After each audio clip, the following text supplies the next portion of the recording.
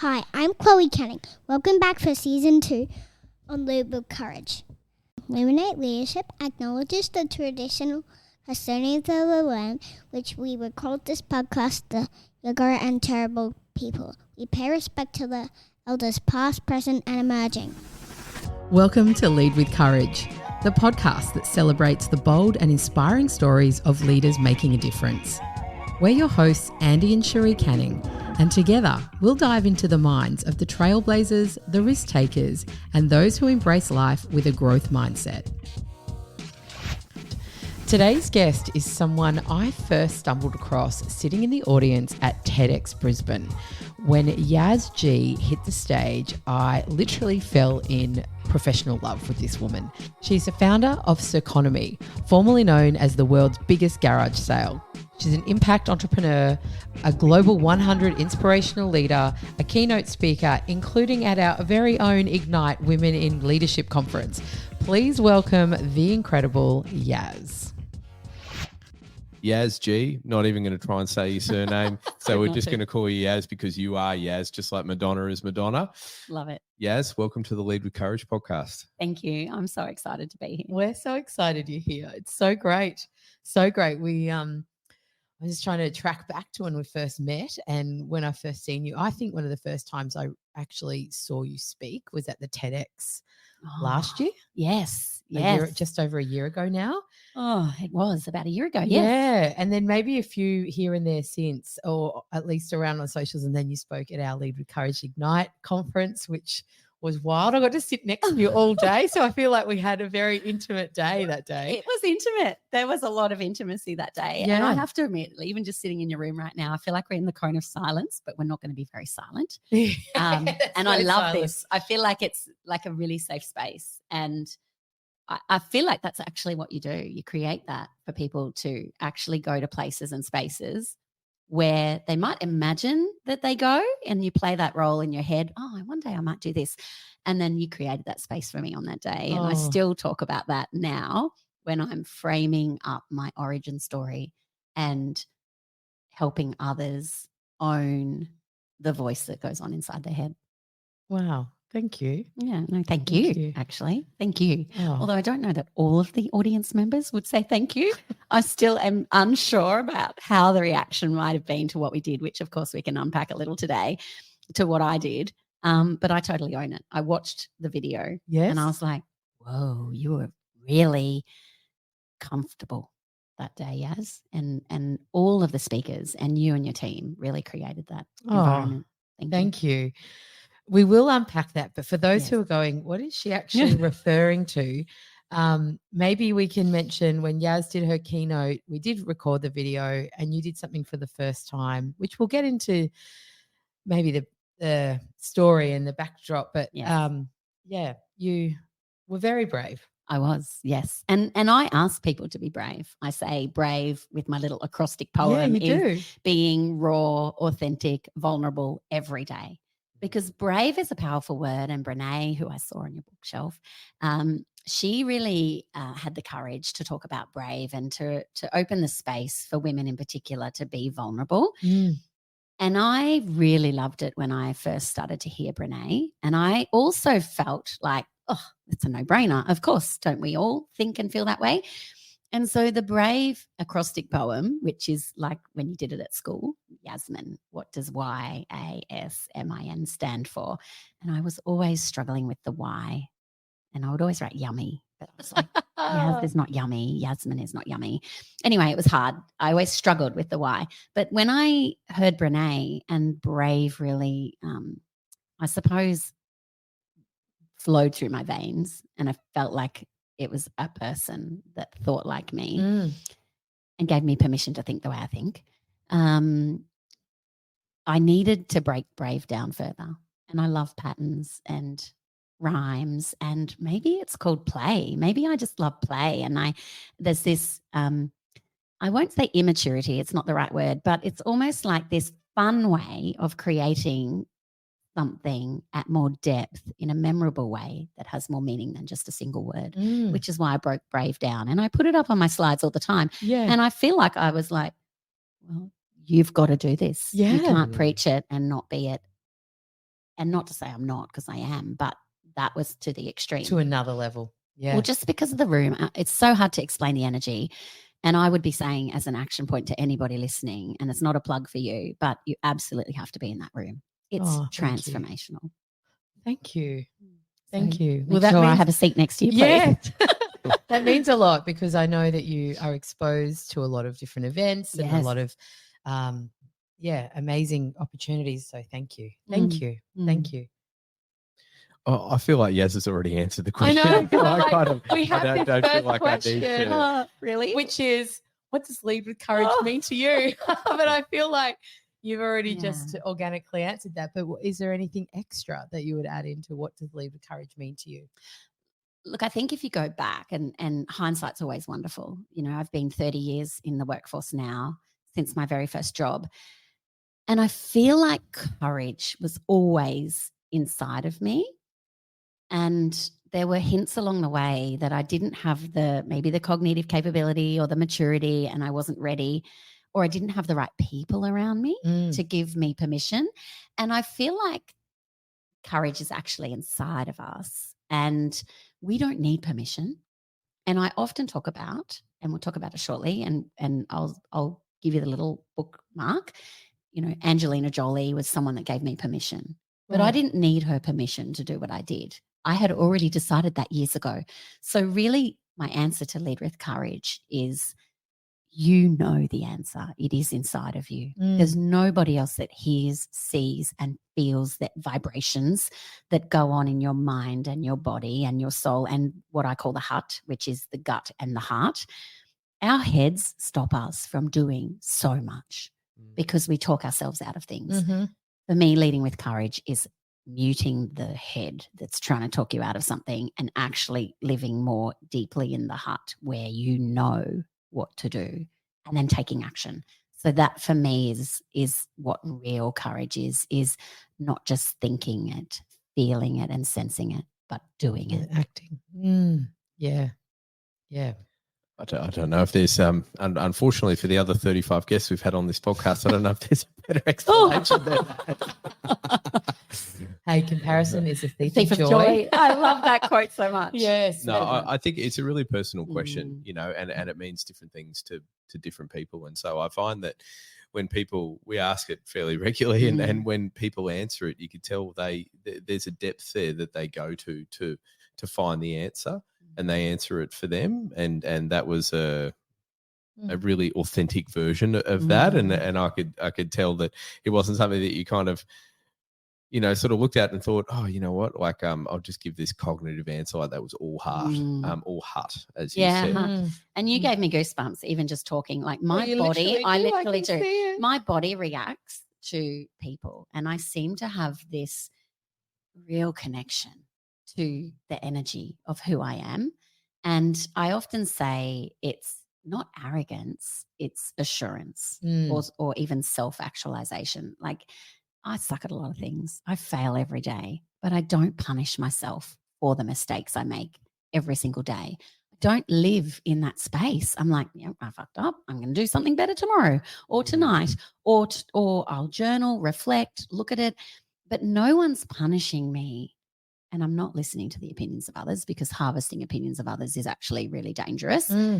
Unless they're people you trust and they're inside of your circle. Or as Brene always says about, are they in the arena? Are they in the arena? Not Brene's quote, but she has kind of remade it famous. And we often will say that, like, well, are they in, who's speaking to us? Who's giving the unsolicited advice? Yeah. And are they in the arena? And if you're searching for feedback, and if you're searching for people's perspectives, be careful who you ask. I agree, because everyone has an opinion. Yeah. And I say to my kids all the time, other people's opinions of you are none of your business. So I just don't make it my business. I did as a child. I would be like, okay, I really want to impress, and I want to be good, and I want to be awesome. And I felt like I was always having an energy and taught that I needed permission and validation and people to think I was doing a good job. But ultimately, the most important person is, do I think I'm doing a good job? Am I showing up for myself? And that self-assurance is hard in this country to own, because we have this tall poppy syndrome. you can be awesome. You can also be awful, but you don't have to be torn down because of who you are authentically. So the goosebumps are real. It's probably not the first time today I'm going to get them.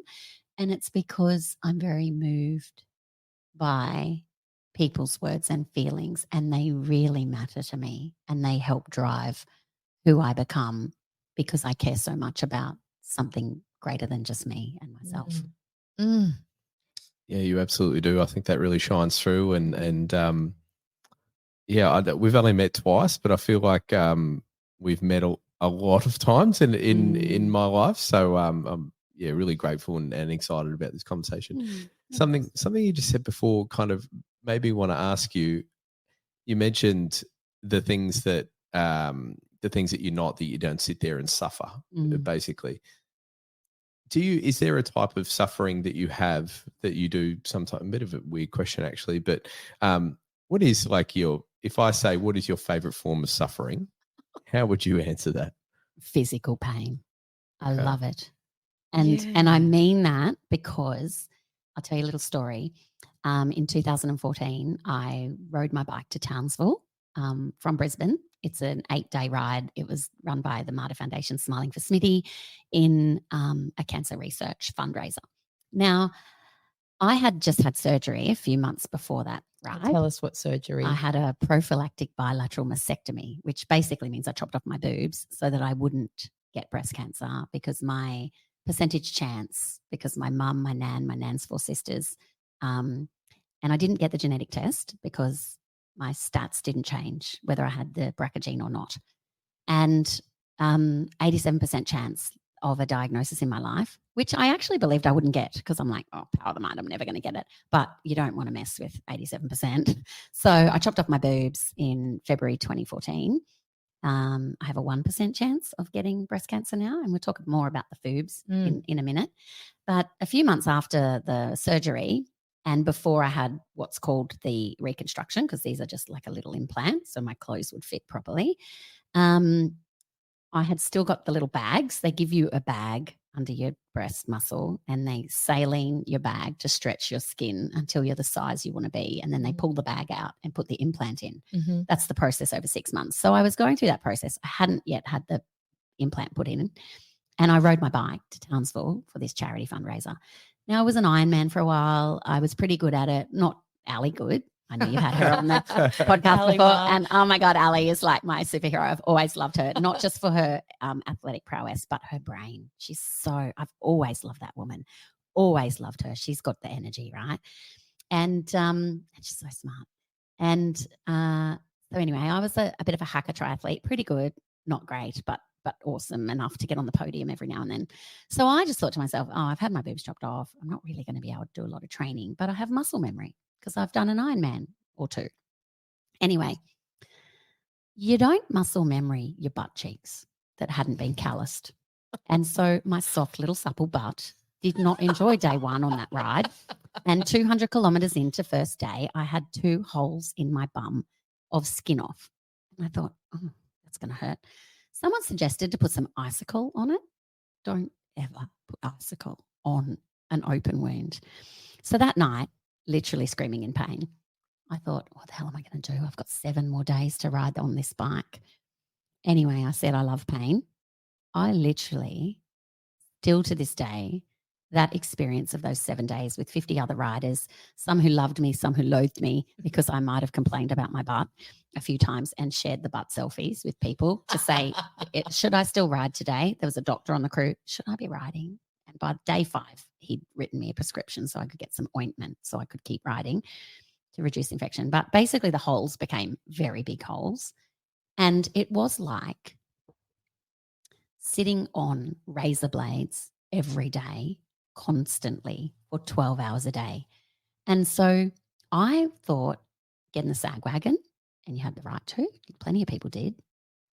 But I knew the minute I got in the sag wagon, my brain would then say every day it's okay to get into the sag wagon. An hour today, 2 hours tomorrow. Everyone will understand. You've got a torn butt. You can volunteer. You can still contribute. And my brain just went over and over and over. And I thought, no, I'm not giving my brain permission to get in that sag wagon.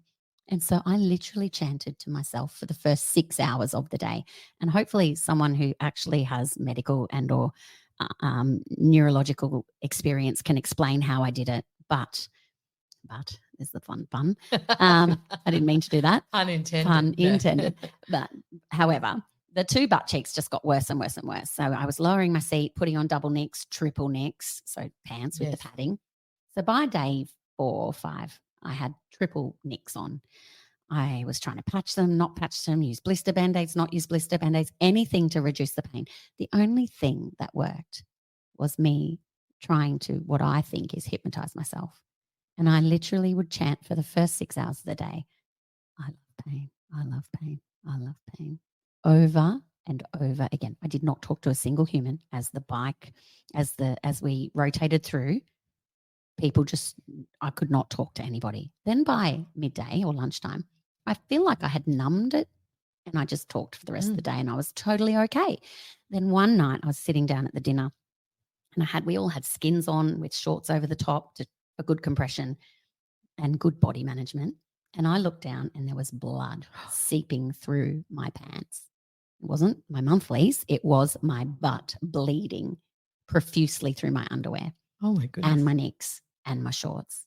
And I was like, okay, this is really bad. I've got 2 to 3 days to go. And some of my friends from that ride, who I wasn't friends, I met on that ride, are still to this day, almost 10 years later, my friends, and check in and we have great banter.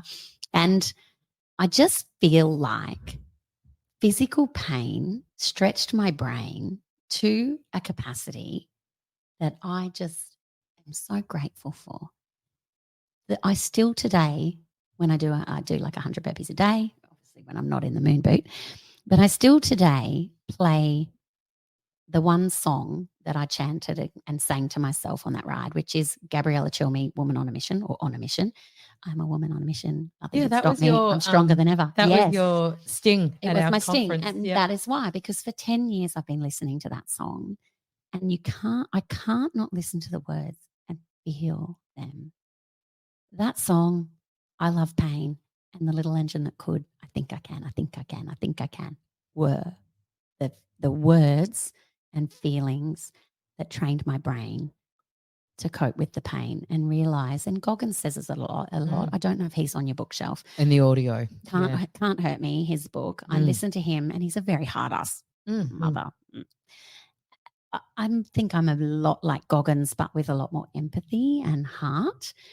And I genuinely believe him that your body can do anything you put your mind to. And my hero in this area is Turia Pitt, who lived after being burnt alive the way she was and did an Ironman after having her limbs singed. And that woman and her book and her life is the epitome of how your mind can overcome whatever your body is going through. I've not read that book, but I've just finished Ned Brockman's book. And so it looks like I'm going to be reading her book next or listening to it at least. Goosebumps for Ned, and a friend of mine, Tim Franklin, who actually lives in this area when he's on the road or not on the road. He's actually running the world. Tim runs the world. He's on day 335 or something. So both Ali and I know Tim well. He was a coach for a long time as a triathlete.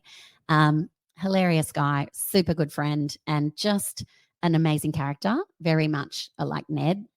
Tim's doing 400 days around the world, running every day. I feel like I've seen it through Beck and Pete Hull from Fitstop. Yes, he would have. Yes, because he trained there. But incredible human, again, power of the mind. And so for me, when he said he was going to do it, I'm like, no brainer, dude. Like, of course you will. Yeah. He asked me to come, and if I wasn't in the middle of building my business and my children weren't in need of me at their teenage years, I would have jumped at the chance and been on the road with him for the last 400 days, because that's the type of physical challenge that stretches your mind to live the biggest capacity of your life. Andy's signing up for a marathon, his first marathon. Yeah, I am going to do a marathon next year. I'm not sure. It's either Noosa or the Gold Coast. Yeah. Make a commitment. Yeah. Yeah, it's I'm not ready to do that yet. Okay. But it's either or, and it's a bit of a timing thing. There's there's more. If I did the Gold Coast, I would have more prep. Yeah. But Noosa feels like when you do 4 laps, and you have the opportunity to come around and maybe see a couple of people who might cheer you on. I think the morale attached to that is would be quite good. And so from that experience standpoint, I think I prefer to do that. But anyway, yeah, I'm not. It's sooner or later. But the Gold Coast is flat. About it for a and little. Gold Coast is flat and cold. Flat and so cold cool. is good. Yeah, good. where the Noosa is sort of late May, so you kind of don't know what you're going to get. But I have to admit, Andy, I've never done a marathon straight, only ever in an Ironman. And I love that. I know. only after riding 180 Ks and swimming I know. But 4 Ks. So type A personalities, many of my friends who might listen to this and former triathletes and current triathletes might say, yeah, I get hurt. You haven't done a marathon straight, Yas. So it doesn't really count. Of course, I will do one. My first Ironman was Melbourne, which was a point-to-point run from Frankston to St Kilda, my first ever marathon in the race. And there were no laps. My second Ironman in the same year was Bustleton, 10K, 4K, 4 times around. I have to tell you, my brain detested the 4 laps. It was like, oh, you got 1 lap, 1 lap's good, 2 laps, 3 laps, you're like hell for 10 kilometers. Whereas the point to point for me was like St Kilda, you can see it, you can be it. And it was literally, for my brain, it gave me more motivation than the repetitive boredom of 4 10K laps. Now, that's just my personality, but I'll just leave that out there for you to decide. I appreciate that, actually, because I've done, well, the most I've gotten up to at the moment is 11 Ks. Ooh, and it's nice. a few times literally just around this area, and there is a track that I do for 11 Ks. Yeah. And the idea of sort of building up to that, to run that 3 times, for example, is I can imagine the conversations. It's just one big long conversation, really. It is. And what conversation I have with myself the first time around is one, and then the second time around, and then the third time around, and then, you know, just whatever version of pain cave that ends up being for the third or fourth time around is like that. And so when you say Noosa now, there's a part of me which is like, I much prefer the point-to-point version of things as opposed to the. So for that reason, I struggle on a treadmill. The looping, being on a treadmill is just like just a massive exercise in discipline, in not wanting to look at the stats, not wanting to look at the clock, and just focusing on the gym I go to, the secondhand store across the road, which sign waves in the wind as I bounce up and down on the treadmill. And I sit there just watching that thing and doing that for an hour or two I've done that once, and I remember it was. I think the physical feat was actually just concentrating the whole time than it was actually kind of doing it. It's like physically I felt like I could probably get there, but the mentally just remaining kind of concentrating and just in tune was the hardest part. It is. And that's actually, you want to put your brain through that. You want to do the hard things. And I remember the same sort of thing, like just watching the feet of somebody in front of me and just focusing on that, and then catching one person, not thinking that I had 20 kilometers to go, not thinking, am I going to stop to pee? Am I not? What am I going to do? Like your brain, being able to quieten your brain is actually going to be the biggest advantage to your physical gain. Oh, there you go. There's a nice little quote. We'll take that one. Yeah. Bookmark that, please. I love that. Yeah. I never, they're always like rando, those things. But I'm looking at your watch. I also want to give you a little thing to do. Think about when you're hurting mentally, put your voice record on and speak to your watch and record it. You never have to listen to it again if you don't want to, but capturing your thoughts in the thoughts, high or low, I have to say was one of the most incredible gifts I ever gave myself as a founder and as a person when I was going through the most difficult time of my life, and I didn't want to harvest opinions from other people. I went and harvested my own opinion and watched my own videos and voice messages back, and was able to almost be my own therapist at a time where I didn't want other people's opinions to thwart or influence how I would unravel my marriage. So that was in relation to a marriage breakdown of in a relationship for 25 years, unexpectedly having a divorce. You know, we were unhappy, but I'm like, I can do the work. We can do the work. Let's do the work. And we'd gone through some troubled times, but I was ready to do the work. We were seeing a counselor and I was like, all in, let's go forward. That's my personality. And so then to have actually, no, that's not the direction I want to go. It's a big shock. And I could have harvested opinions. And everyone, all my friends would have jumped on the Yas bandwagon and, oh, you poor thing, blah, blah, blah. Like everyone has all a the story. enablement. Yeah. You know, there's, you know, the truth, my truth, his truth, the truth. and probably something in between. And so I didn't need people to have an opinion. So I didn't harvest it. And I actually then went, it's probably a whole podcast on its own. I created a strategy of how to unravel my marriage, because I Googled divorce for the first time ever and I detested what I read. So a part of my strategy involved creating the strategy, but also involved what I read and what I listened to was my own journals, my own voice recordings, and my own reflection videos that I had just happened to take over the last 5 years because I was a founder trying to capture my story.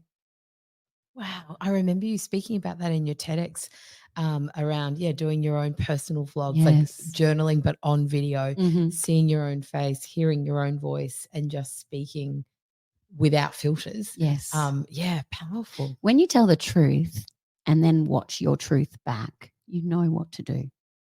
You don't need, I mean, of course I have friends and people that are very close to me who are my trusted people. Like they're my people. Definitely they help along the way to call you out on your bullshit, to help you get on track, to, just help you stay sane some days.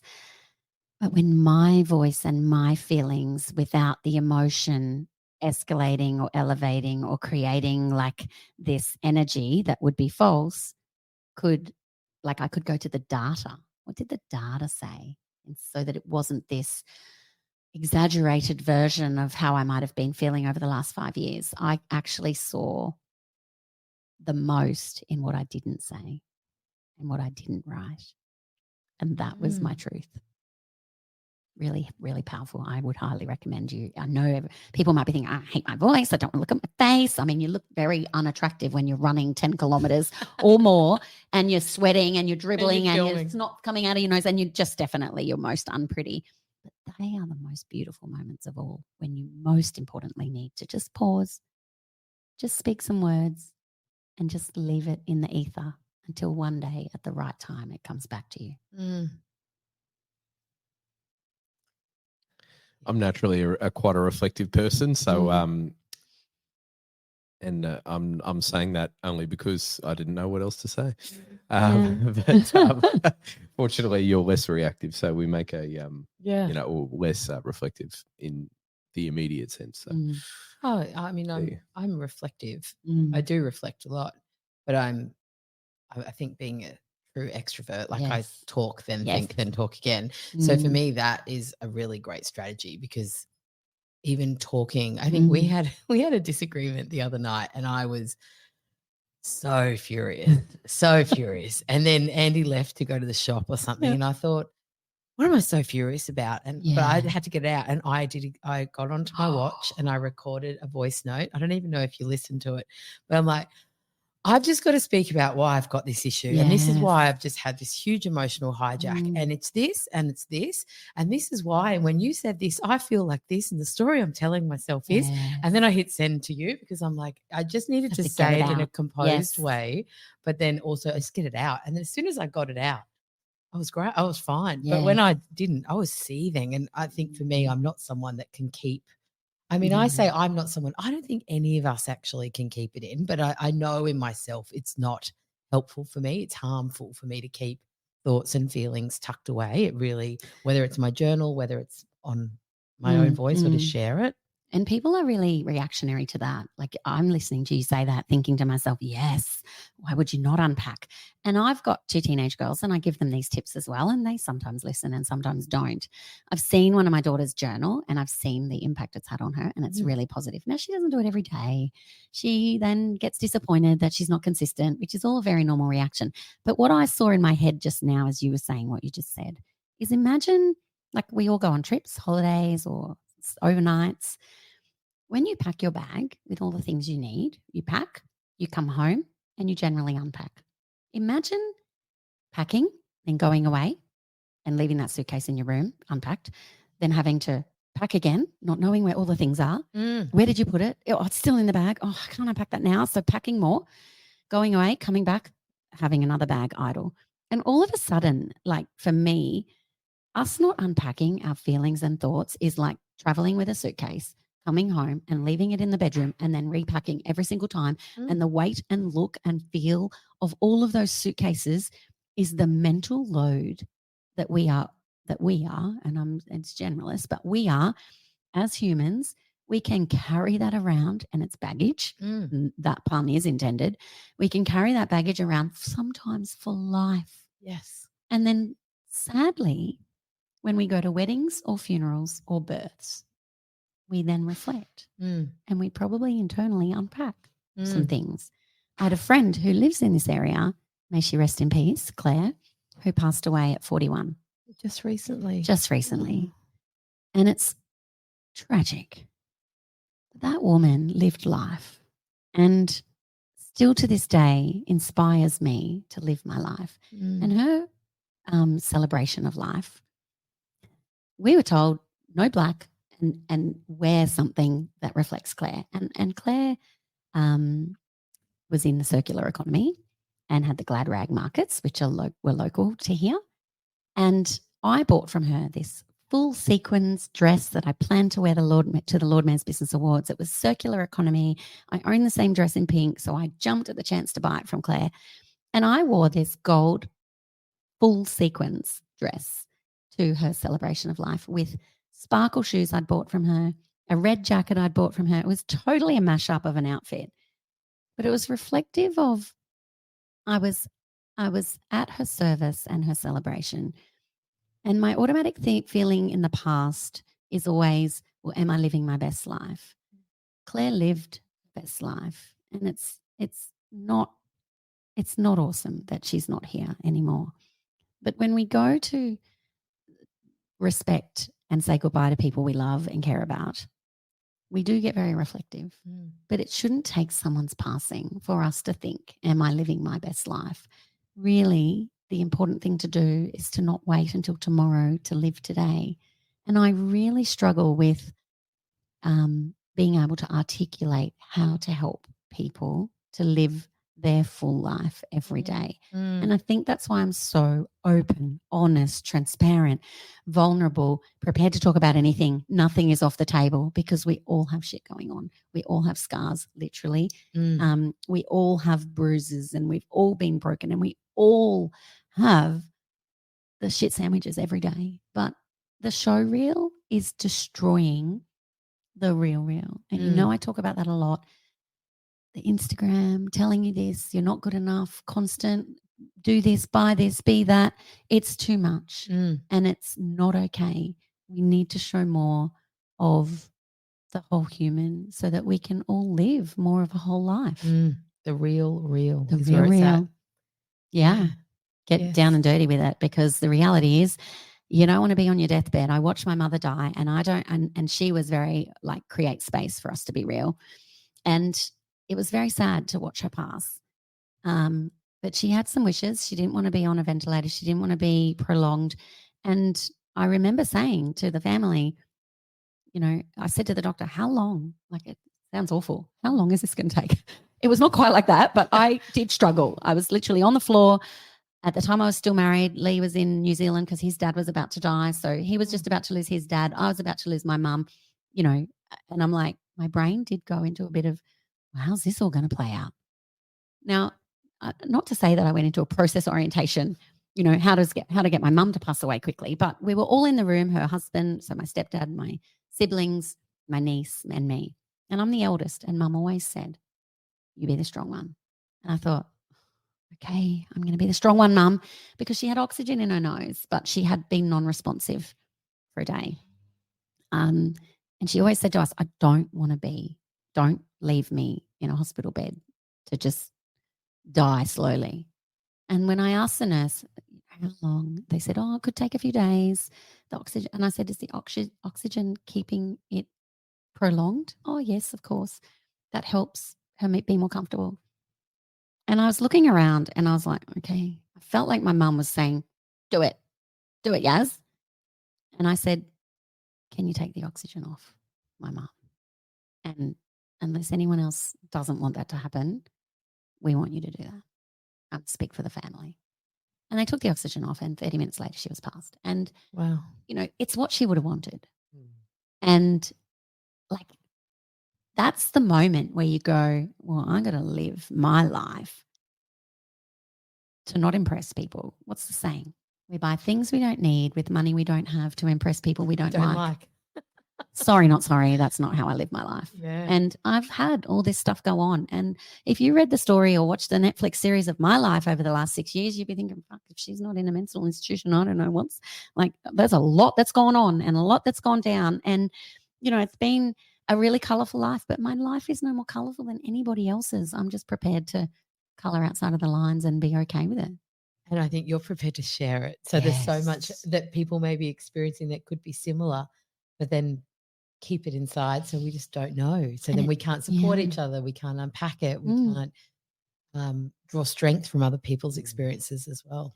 Yes. And that's, to me, maybe the selfish reason why I do it, because I want to know what the shit's going on in your life. Please make me feel more normal. Oh, no. It's We're like... perfect. We are without problem. Definitely didn't have that argument the other night. No, what argument? Andy says. What do you mean? I have to admit, I have not listened to that recording. Now that you just mentioned that, I Save totally it for forgot another about time when you're next fighting, and then you don't have to. We can bring it up now. Yeah. Actually, I'm getting nervous sweat. I love it. Yes, with the extraordinary life that you have lived, just specifically, I guess, over the last 6 years, what do you do now to take care of yourself? How do you take care of yourself?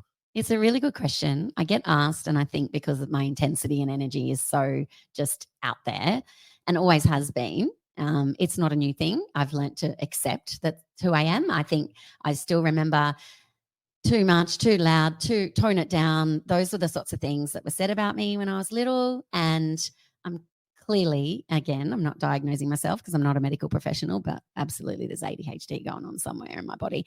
And I never learnt those terms, but I've just learnt to hack myself. Like you can hack your body and your mind and you know, to a certain point. And so intensity, energy, exercise, all those sorts of things just came naturally to help me regulate and moderate who I am and what I want to be in life.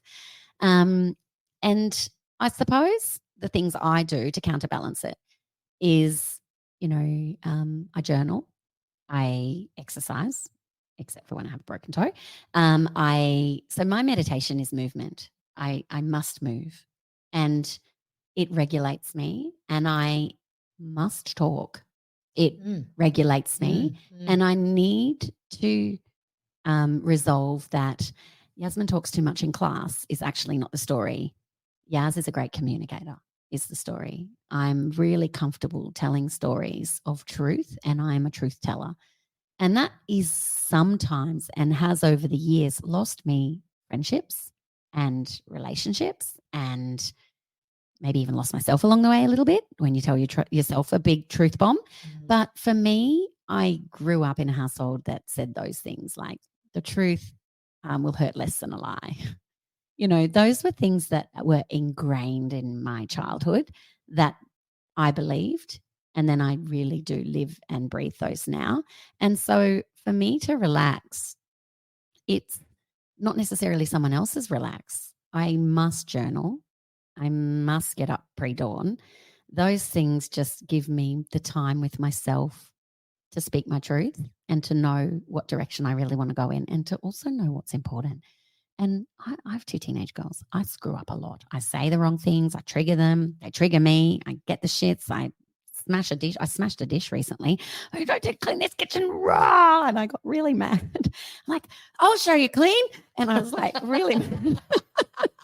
And I was like, that would be so cathartic. Oh my God, I did it. You know what? I did it because I was like, I thought I was playing this little competition in my head. I was like, I go from doing all the dishes and being a supportive mum to actually, I'm not doing any dishes. I'm going to see how long this lasts for. And there was not one dish left in the house. So then I'm thinking, okay, well, I'm just going to have one bowl, one plate, one fork, one knife, one spoon. And I mean, that's just not the way I want to live my life. Anyway, I got really mad. And the reason I did it is I could hear myself in my head going, show yourself to your daughters as a human, not as a mother. And so when I lost my shit, I thought, I'm not regretting this. I cleaned up my mess and I said, you know what? I lost my temper. I've never hurt my girls. I'm not an aggressive person, but I just needed to smash a plate.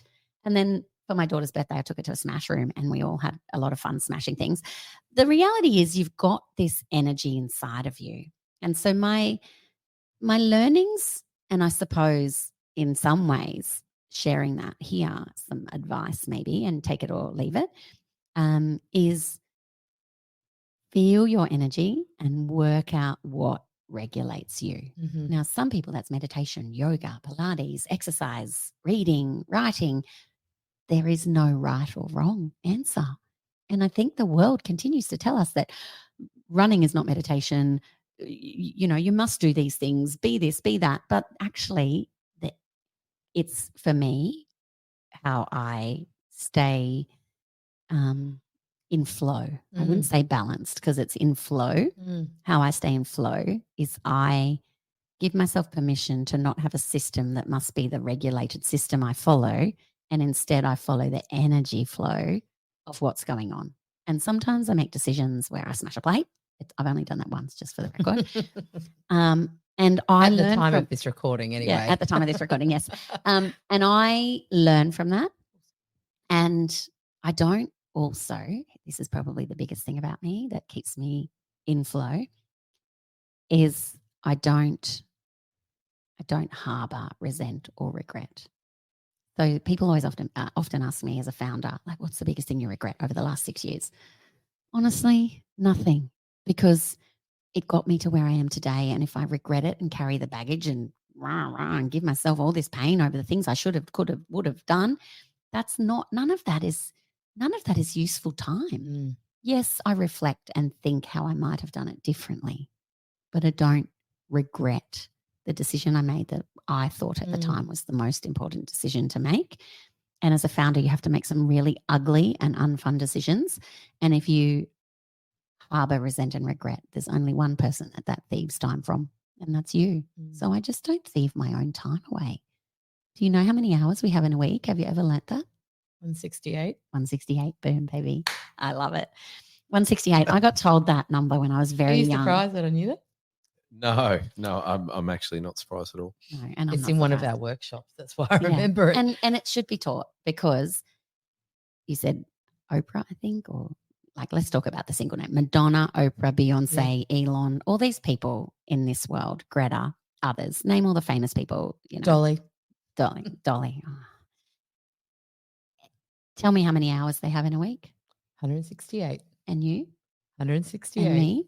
168. No one can hack the time. Yeah. No one can get more or less. Only you can choose how you spend your time. And so for me, I really value time. It's my love language, quality time.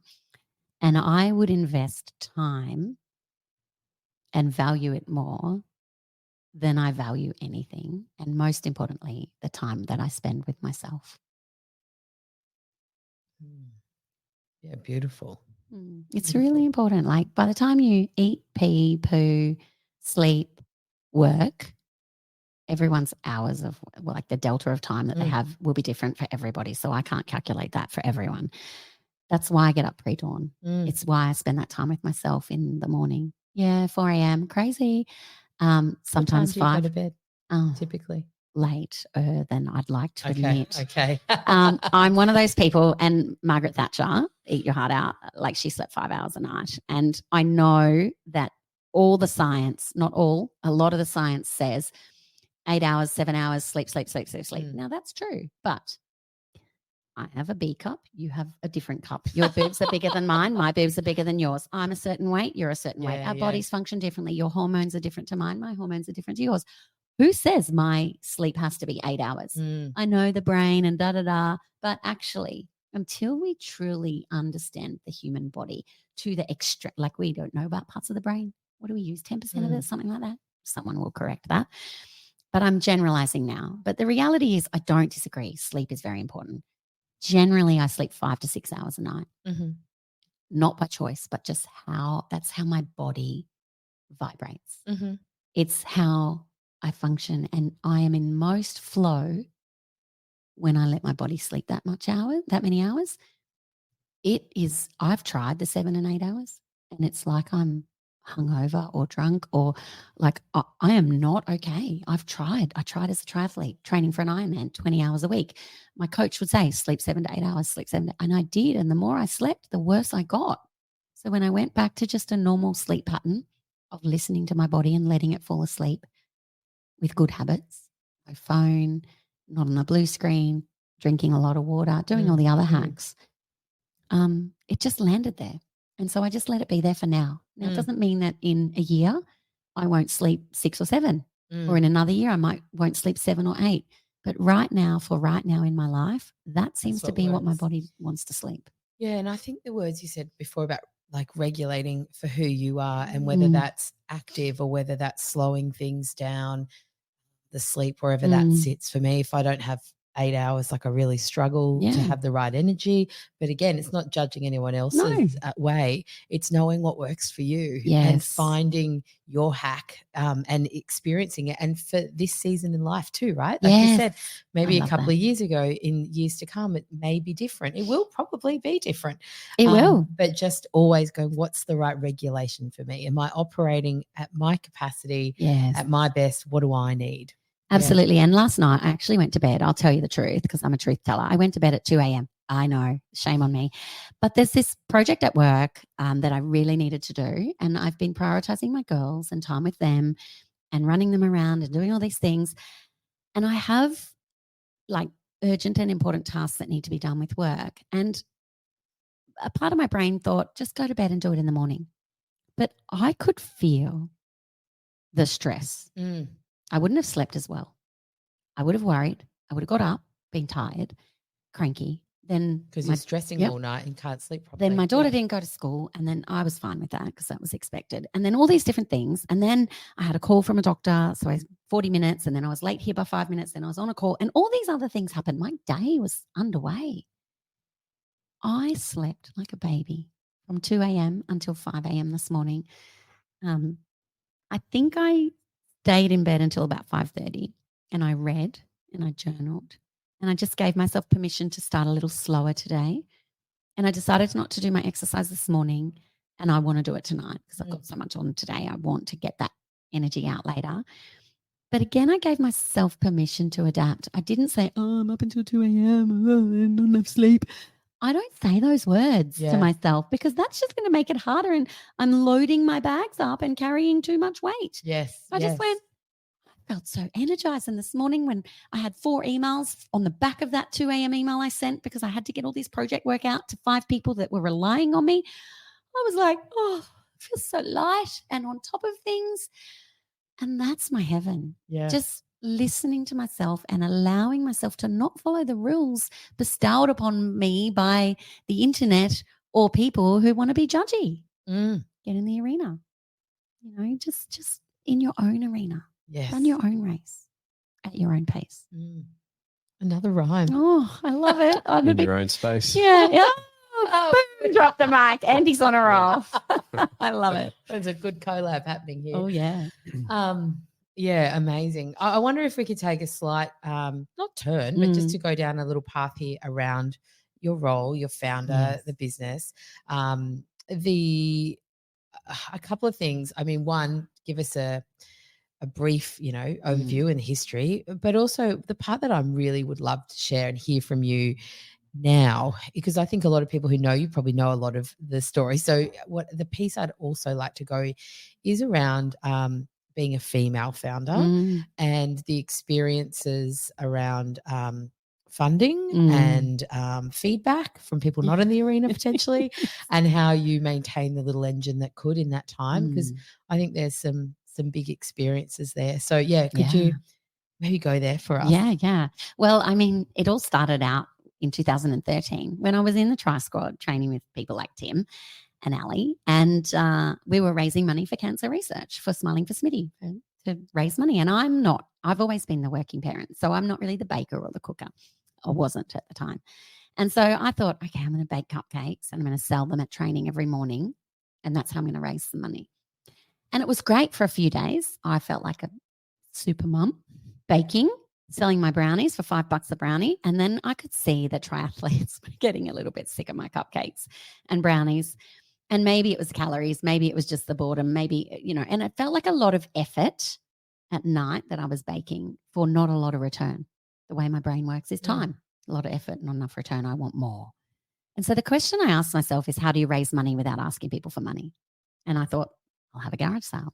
I'll call it the world's biggest garage sale, and I'll sell all the stuff that I call dormant goods in my own home, because my kids were 7 and 8. They weren't in their baby's clothes anymore, baby's toys, had all this stuff that I wasn't using, and I could raise a few $1,000s.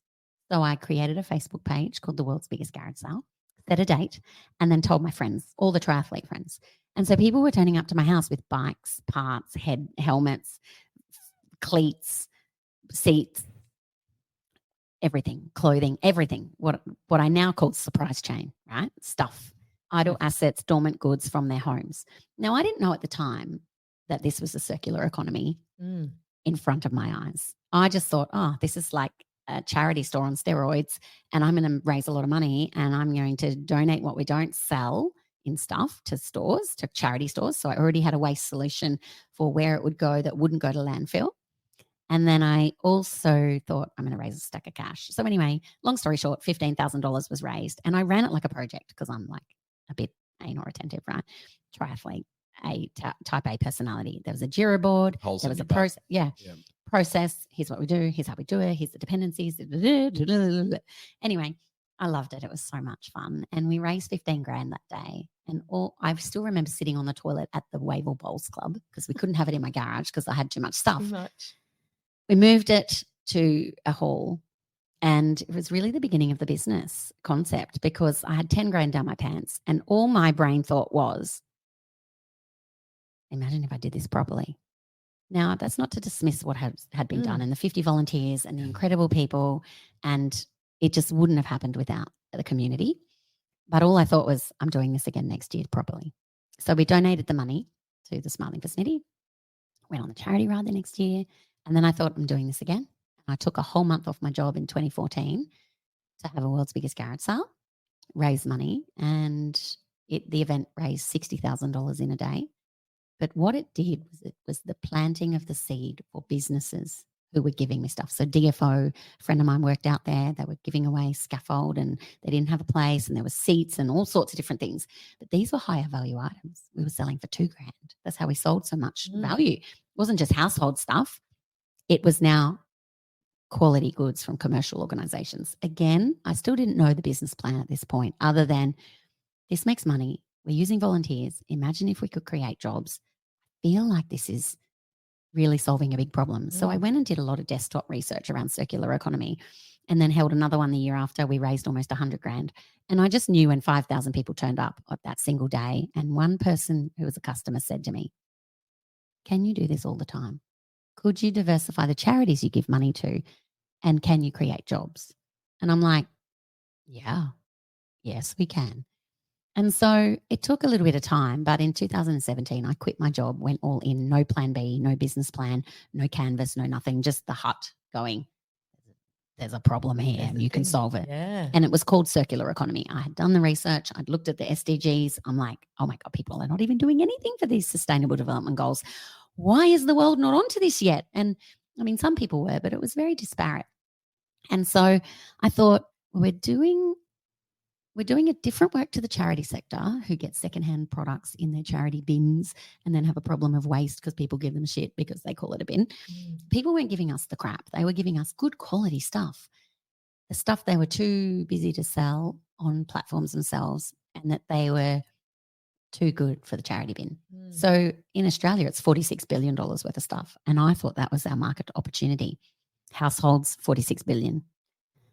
However, the bigger opportunity was actually in the business challenges and the returns, the cracked goods, the imperfect boxes that sat idle in shelves across warehouses in this country, buildings being defit, commercial opportunities where furniture was at the end of its life or someone was moving out of a building and it was just swept into a skip bin.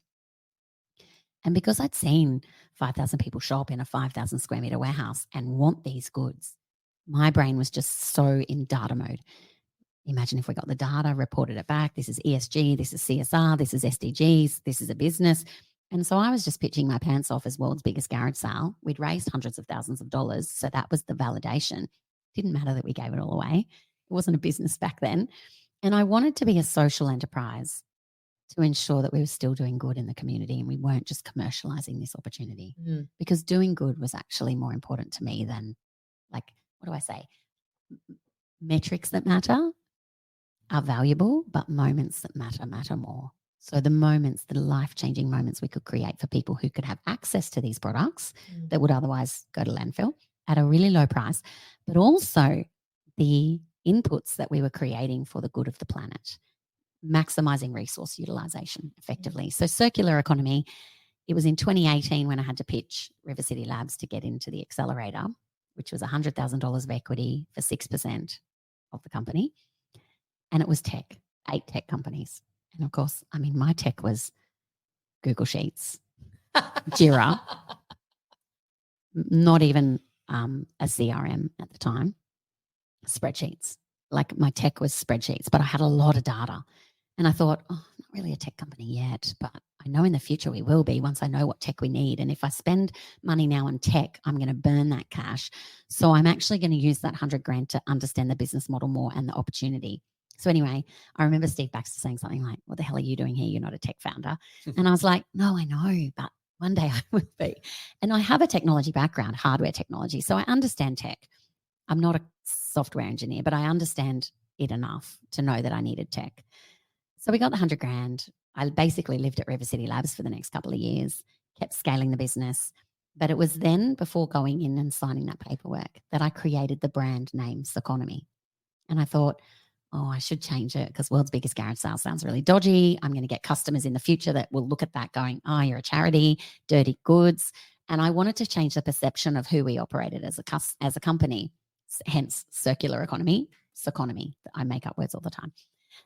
So I registered Circonomy and didn't know when or where I would launch it. And I realized, coming back to your original question, I've always been excellent at my job. And I'm really super comfortable saying that. High performer, really love my job, love working. It's a passion. And so it was a bit of a surprise to me when I had to convince people how good I was. I'm like, do you not know? Like, I'm actually really good. And say more, is that when you're pitching? Yes. Yeah. So I'm pitching and people are like questioning. I'm like, do you know I deliver? I built a multi-million-dollar business inside of a company for someone. Like, it went from $100,000 to 16 mil. This is what I did. Like, do you know me? And it wasn't like that. Like, do you know me?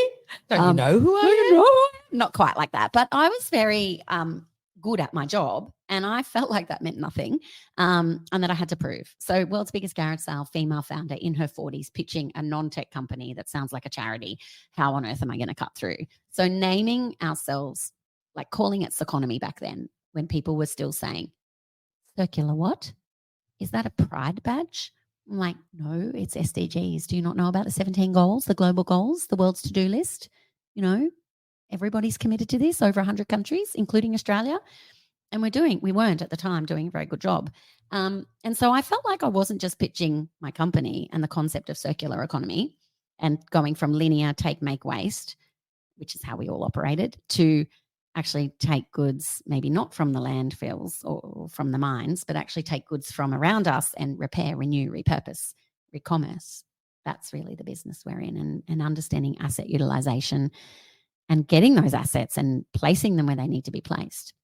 What I call surprise chain into supply chain. Really hard because you're moving stuff, but tech can scale it.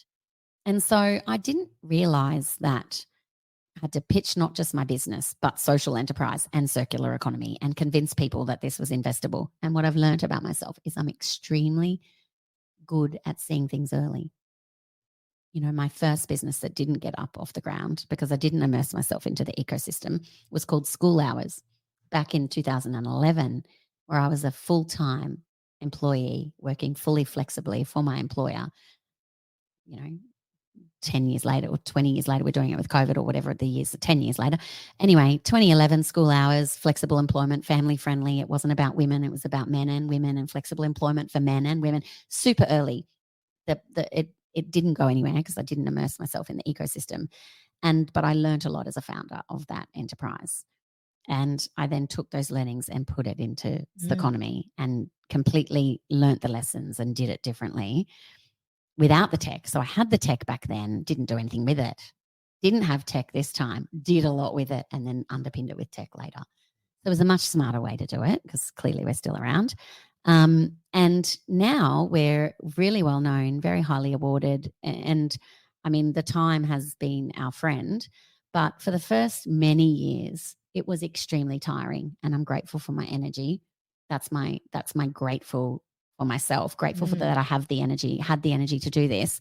But I really did spend an immense amount of time not just trying to pitch myself as a founder, and I am female, and that, of course, comes with its own challenges because 2% of funding goes to female-led ventures in the world globally from VCs. Now, that's a shitty statistic, and I don't do shitty, really. I'm like, tell me the bad stuff and let me find the good.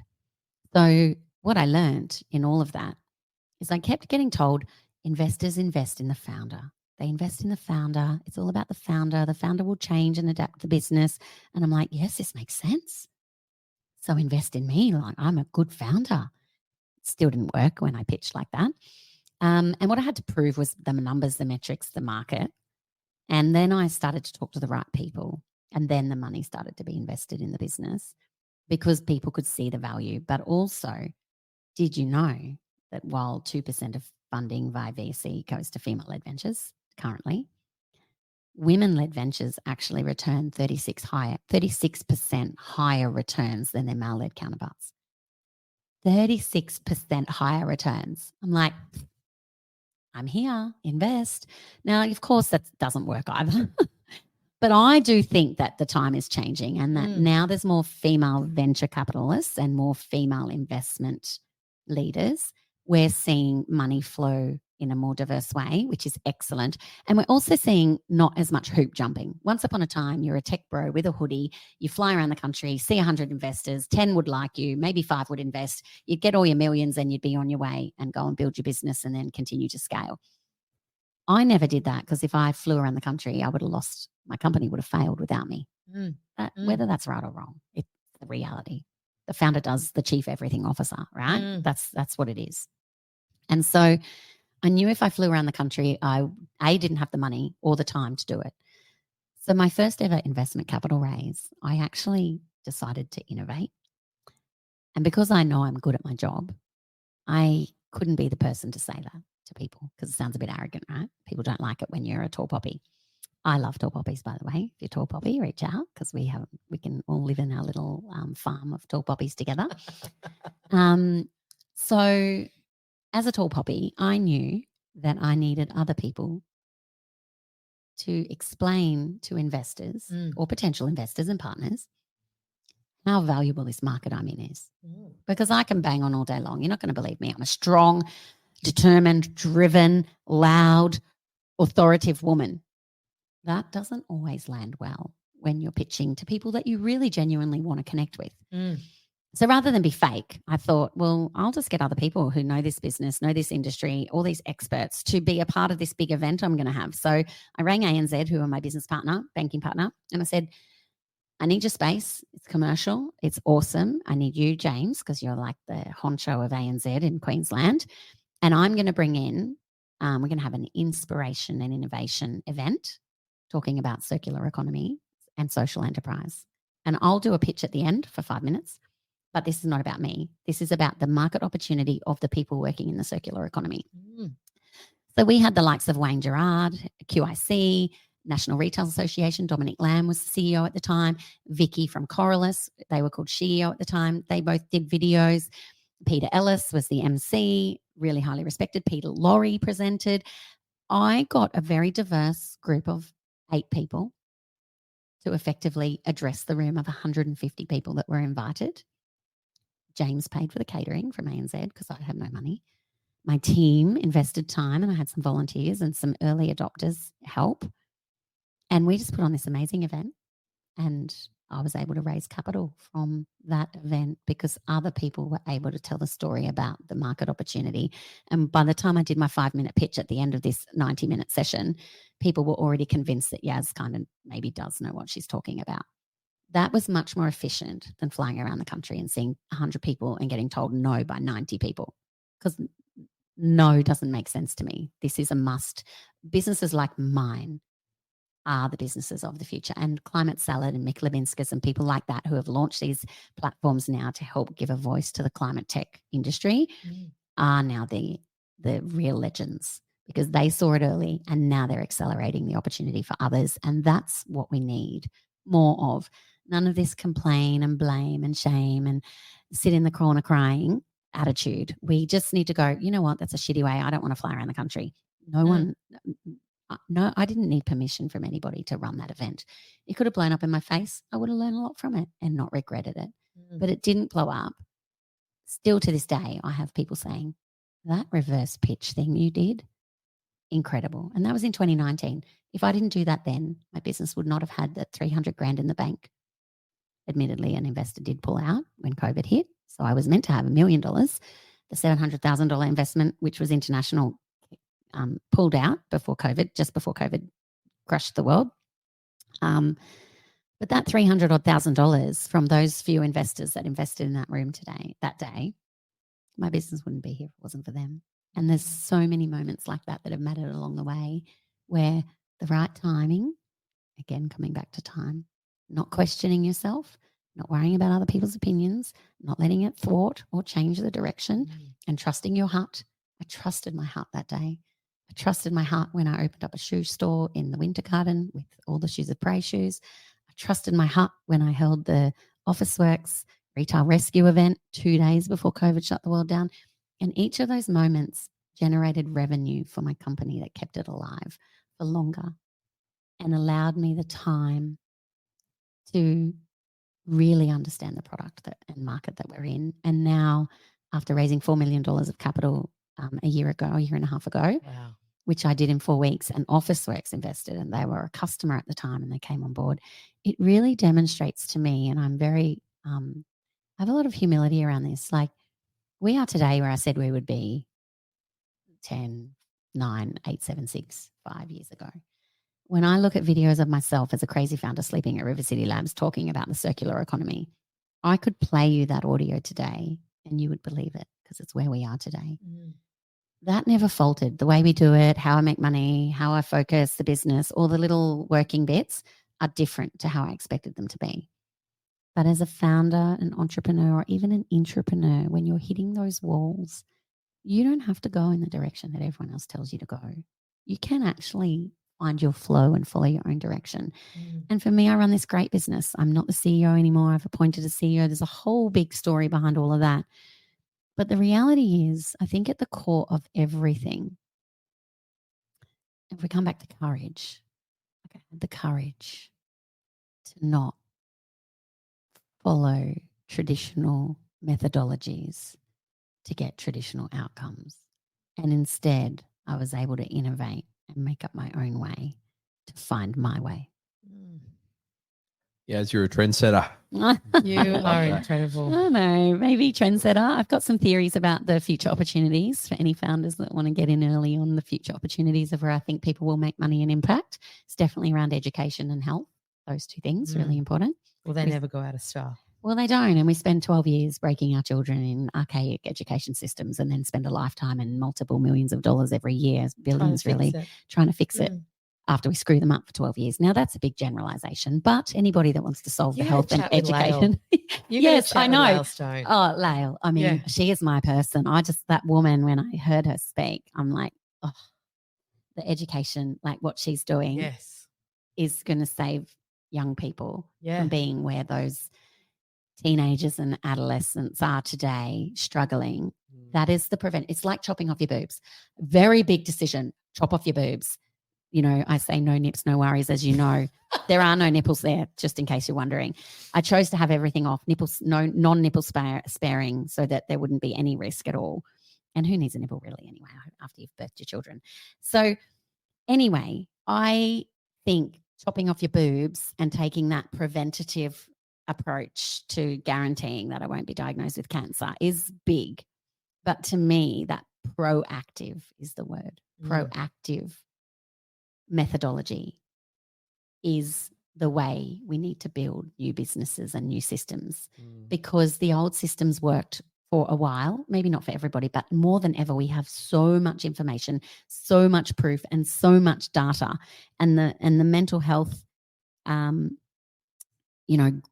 mental health challenges that we have going on globally right now.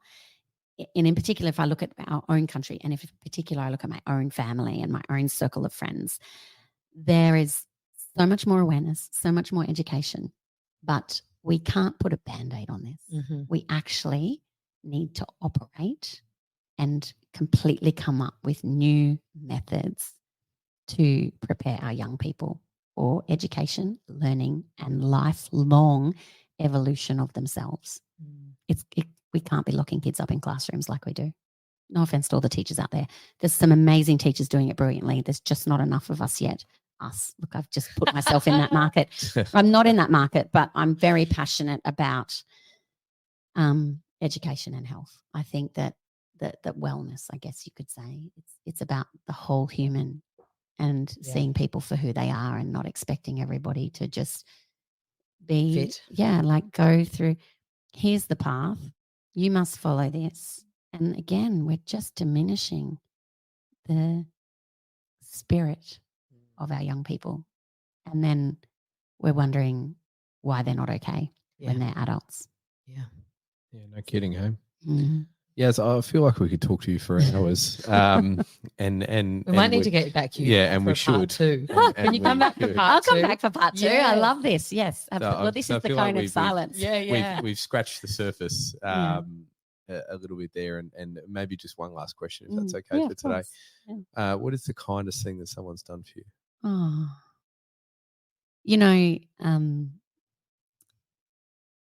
I just this week had to go to Sydney. I didn't have to go. Did you win an award? I was there because of an award, yes. I didn't have to go. I wanted to go. And then I had the opportunity on the back of winning an award to hang out with Christine Holgate, who's a legend. Yes. I know. My gosh, I did message you about that girl. I'm such a fan. Oh, how can you not be a fan of that woman? Talk about whole human, resilient, brave, authentic. I mean, go and read her Wikipedia file. That woman is just the bomb. Yes. I love her. Yes. And she presented an award last week that I did I did accept on behalf of Circonomy, and just her emotive connection, the human. I mean, she's a human. I love that about her. Anyway, I guess I'm such a present person, so I immediately think of what's the kindest thing someone's done for me is probably my friend Louise, who just said she was meant to come to Sydney with me because I get a +1, and she's going to come. And then I was like, oh, Louise, it's like the flight time's done. And she's like, I won't come. Don't, like, you've got to get your things done. I won't come. Let's do something another time. And I was like, okay, cool, thanks. And then I was trying to juggle my kids and like, what do I do? And she just like, well, I'm going to come over and sleep at your house in your bed. Don't change your sheets. I am there. Tell your kids they don't need to entertain me. I'm just going to be in your home to make you feel comfortable that there's someone there with your kids. And my kids don't need babysitting, but my kids have been going through some challenging times. They're adapting to a new life. They're teenagers, they're girls, there's hormones, there's issues, right? Like any parent that has teenagers, like, please don't tell me there's no issues, because there always is. And she just like, I just think it's such a small thing to offer to do that for someone. And it doesn't sound like a very big deal. Like, I'm sure if I was to go through the archives of my lifetime, there'll be bigger kind of things that people have done for me. But actually, I think it's the beauty in the simplicity of the small act of kindness that has the biggest impact in our lives. And Louise showing up when I needed it without me having to ask for it, even though I probably would have asked her in the end as an option, just meant I could feel like someone had my back. And I said that at TEDx, right? It was one of my little things of find people that have your back rather than stab you in your back, because it's so easy to bitch about someone And lots of people get taught to do that to make themselves feel better. I know that's not how they get taught, but when you're crushing someone else and putting someone else down, there seems to be this chemical in our body that makes us feel better about ourselves, which is really shitty, right? Don't do that. And so what I love is that Louise has my back, and I just know that I can rely on her. And she's a new friend. I've only known her for a year. I met her at a club that we both attended, and we just had to hit this off. She's in her 60s. I'm in my late 40s. Like, there's this big age gap. Yet we connect like we are the same. We were in the same age group cohort. Like what I've learned from my friendship with Louise and others like her who are close to me now is that it's not your age, it's not what you do, it's not your resume, it's not, all the prowess and the platform and persona that you project.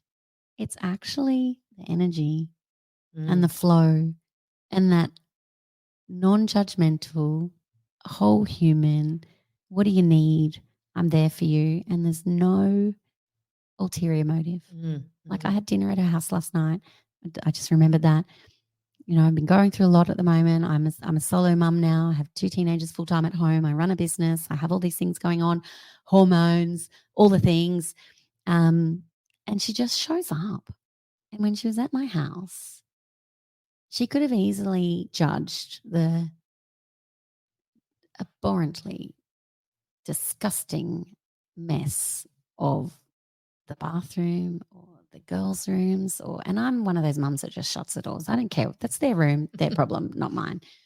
She could have judged. She could have, made all these assumptions about the way, like when someone sleeps in your bed, it's not your partner, and someone lives in your home when you're not there. It's very intimate. Very. And it felt deeply and profoundly kind. And yet it's such a simple thing. So probably my thinking from that is, like, whose bed are you going to sleep in to help someone? And would you without judgment? And could you without frowning upon the way someone else might live that's very different to how you do? And that's, I think, that's the kindest thing that someone can do for you, is show up when it's the most simple solution of all, and not this developed, arranged, structured act of kindness that's to the extreme. It's just, I think it takes me back to my roots. My mum was a single mum and 3 girls under 3, and my dad left, and my mum moved in with her nana, with my nana pop, her mum and dad, who had 3 younger kids of their own, closer to my age than my mum's age, and then my mum's 3, including me, so 6 kids, 3 parents, 2 parents and my mum, all living in a tiny little 2-bedroom in a sleep-out house. And just the values I learned growing up, that love and family, like blood is thicker than water, I used to get told. But blood doesn't have to be real blood. Louise is my blood. And that's probably what it comes down to, is that you don't get to choose your family, but you do get to choose the people that are your family. Yes. Does that make sense? It absolutely does. And we should change our last question to whose bed are you going to sleep in? I love that. Just for fun. I'm not going to ask my husband. No, whose bed will you sleep in a non-romantic way? But have you ever slept in someone else's bed before at their home? Yes. And what I remember it was for me in a different circumstance. It was when I left my ex-husband, and I had somewhere for the first couple of nights, and then I had nowhere to go, and I stayed in a guest room for a while. But then another friend said, I'm actually going to Thailand for 2 weeks over Christmas. Yeah. You can stay in my house, but it's in my bed. Yes. And it was Steve Armstrong from Flight Centre, an old friend. Yeah. And yeah, like I lived in his house, in his bed. It did feel weird at first. Did, I must it say. did. I was going to say, how did you feel? I think, well, I wonder at the time how many other people had slept in that bed, to be honest. Go, Steve. But yeah, it honestly felt, I remember it very clearly. Yeah. I felt like it was very intimate, and not in a sexual way, but I've been let in to something that is very private, that is very just so intimate, and a real privilege, actually. Like the trust to let someone in like that. Yeah, it is beautiful. It is. I think that it is something worth unpacking in your future questions to your future podcasters, because it really, like, there's actually a spare bed in my house. Yeah. And I said, oh, you can sleep in a spare room. She's like, don't be stupid. I'm just going to sleep in your bed. And I was like, oh, yeah. Okay. And I think it really made me pause and appreciate this beauty of real, authentic connection. Yes. And that's rare. That's rare. So you've slept in one person's bed. Mm. Have you ever slept in someone's bed, Andy? As a non-partner, action-oriented, like intimate way? None spring to mind, but I reckon I probably have. Yeah, but none spring to mind right now. Yeah. I've been in plenty of other beds, but for different reasons. I think that's its own podcast in the future. Do I get to ask those questions of you? My dear husband's like, oh no, don't go there. Don't go there. We're done. Yeah, We're done. no, We are I done love here. that. I love that. Oh, Yas, thanks so much for coming in today. I've loved hearing your story, and I could, if the stars align for us to do it again, that'd be awesome. Yeah, I reckon, because it's a real gift to me, and there's a real depth and richness there. Maybe I'll have a marathon under my, so I can, I was going to say compete on your level. It's terrible, but contribute maybe and share the experience. But, but anyway, that'll be my own journey, and I would love to have you back. Thank you so much. I would love that, and I'm happy. Please just don't ask, don't get. So if you want tips and tricks on how to do a marathon and hack your way to not being hurt at the end, I'm your person, because again, it's all about efficiency, and your nutrition will be your key. So that's a hot tip for you. I can hook you up with some really good people that can help you. Thank you. Need that. I keep bringing it up on the podcast for the accountability, because I know it's such a goal of yours, and it's a scary one at the same time. So I'm like, let's keep talking about it. But just don't turn this on me and give me any goals publicly. I'm only joking. You're on your own journey. I love it. No, I am only joking. Yas, thank you so much. It's such a privilege. I love every moment we get to spend together, and thank you for your time and your generosity and your joy. Yeah, thank you. And don't I just want to leave a message to podcasters. I don't know. Forgiveness over permission is always better. For those that are listening, like the leadership courage that you inspire. And again, I go back to that room that day. And just for the record, I flashed my boobs for everybody that has been waiting until the end to know what I did. I flashed the boobs, no nips, no worries. I can actually walk around with no top and not get into trouble by the law because there are no nipples. So I flashed my boobs on stage that day to just say, here's what it looks like. Here's what it looked like then. Here's what it looks like now. Your energy, right? You didn't say, Yas, you have permission. Like your energy that the two of you exude together and individually really does, and your team, vibrate. And it's like, you throw a pebble into the ocean and it ripples. I've used this analogy in the past, but for you, I feel that it's where it belongs. Like you throw a pebble in the river and it leaves a ripple. And you don't often know how far that ripple flows. And enough pebbles create enough ripples for waves that people can then ride to wherever they need to go in life. You really are the ripples that allow people in a business environment where we're often taught how we're supposed to be. You really give people permission to show up as themselves so that there's no professional persona and personal persona and the juxtaposition or polarizing differences between the two. You really create, without words, that environment where people can show their true selves, flash their boobs, and do other things that they might not would have believed that they ever might have felt comfortable doing. So it really is a gift that you have. So I want to say thank you for bringing it to the world. Thank you. That's really touched me. Thank you. Thank you. Thank you. Thank you. Thank you. Thank you for being here.